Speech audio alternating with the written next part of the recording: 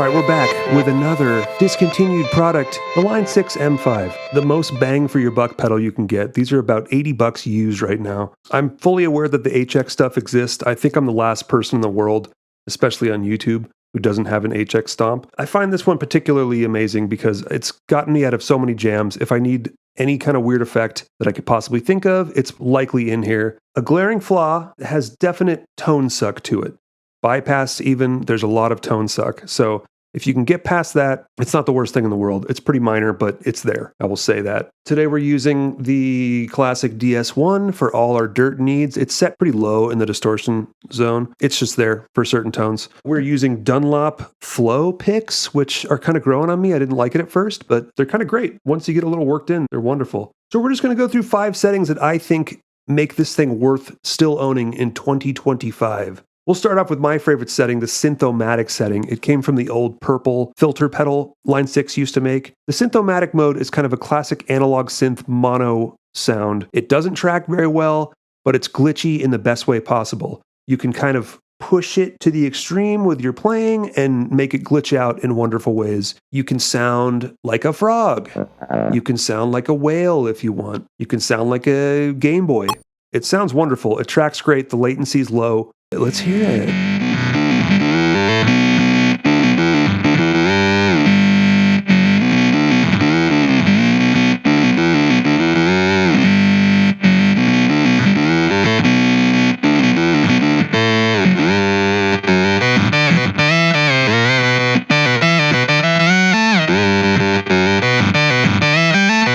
The next setting that makes this pedal worth owning, the pattern trem. I can't believe no one else has really made this sound. It's kind of like a Boss slicer, but it's its own thing. It's like having 4 trem pedals back to back, but each one is in series. So you select a speed and you have 4 different subdivisions to choose from. It makes a lot of sense if you just hear it.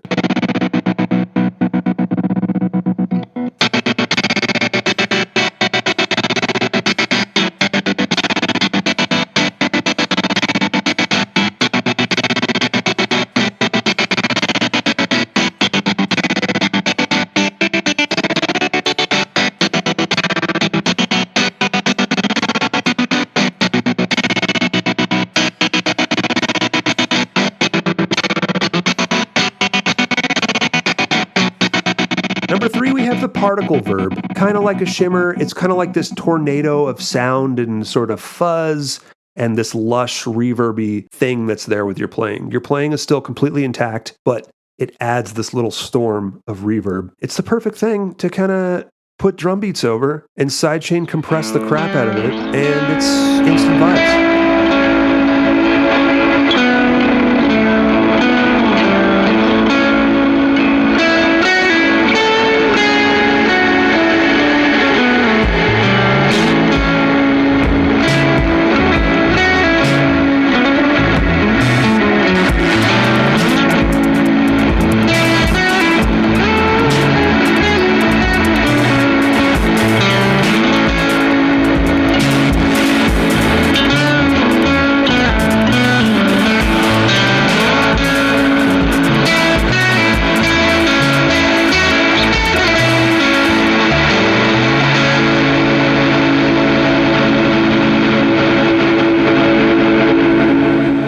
Our 4th setting comes from the classic DL4.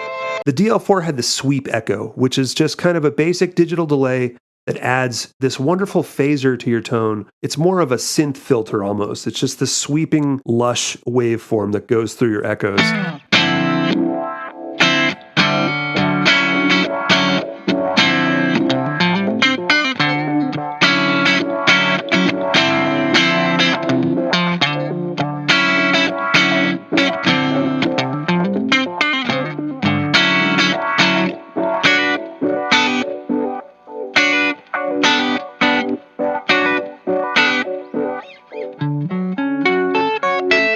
And the 5th setting, I've definitely cheated quite a bit here. Let's just say all the weird sounds that you'd like to have on your recordings for pedals that you don't really want to own. For example, I don't really want to own a ring mod pedal, but once in a while, I'd like to hear a ring mod sound.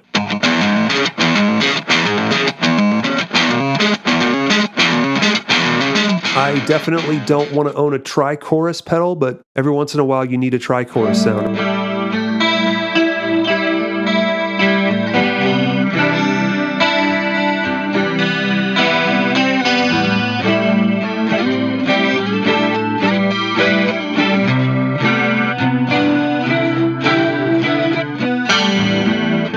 I don't currently own any Octave Fuzz pedals. It's got an excellent kind of green ringer sound in there.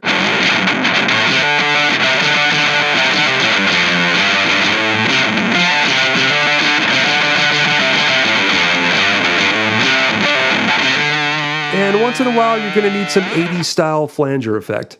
A jet flange, if you will. I'm not going to buy a jet flanger pedal for one 10-second part of a song, so just fire it up.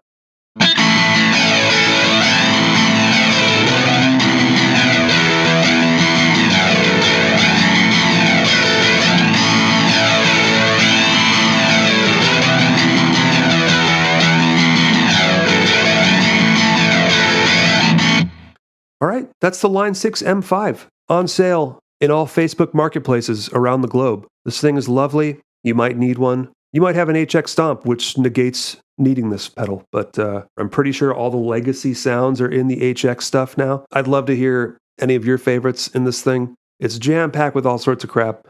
Get yourself one of these if you're cool. Thanks for watching.